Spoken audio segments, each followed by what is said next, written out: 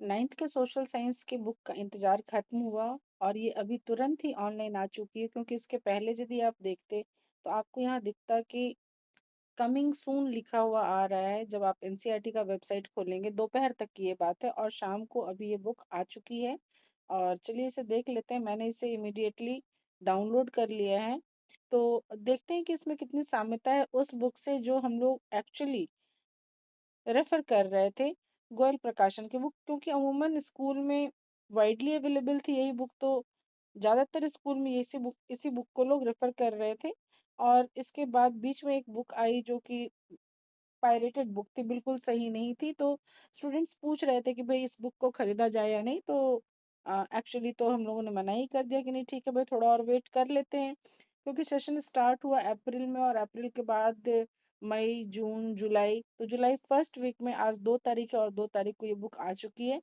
और हम लोग देख पा रहे हैं कि बुक का जो टॉपिक है वो कहीं ना कहीं सेम है। जैसे कि इसका भी सेकंड चैप्टर जो है, फर्स्ट चैप्टर था अंडरस्टैंडिंग सोशल साइंस और सेकंड चैप्टर है shaping of the earth surface.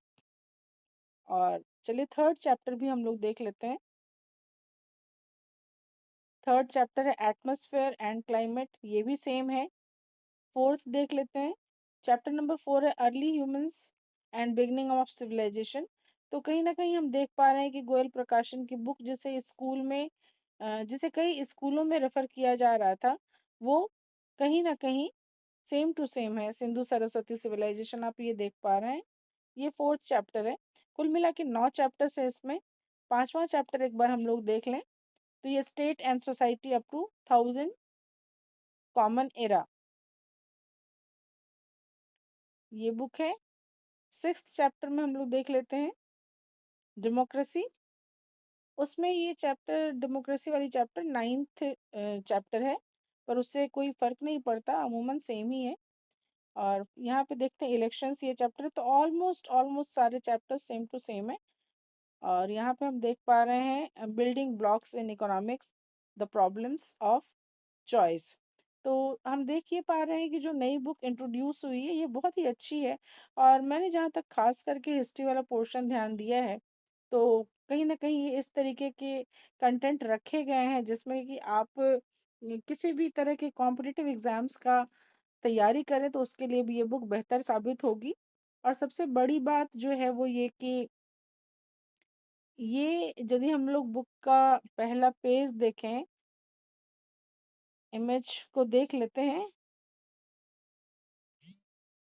Because image में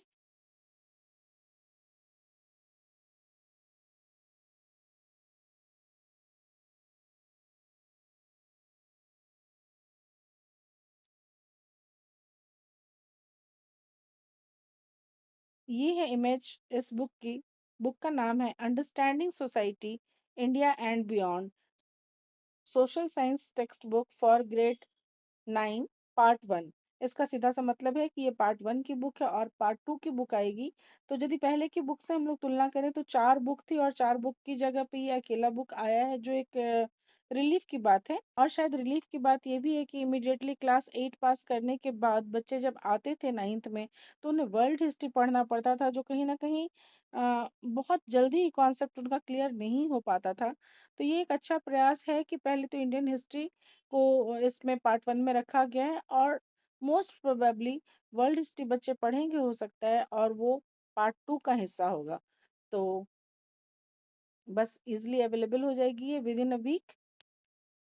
तो बस अब कुछ दिन में ही ये इजीली अवेलेबल हो जाएगी।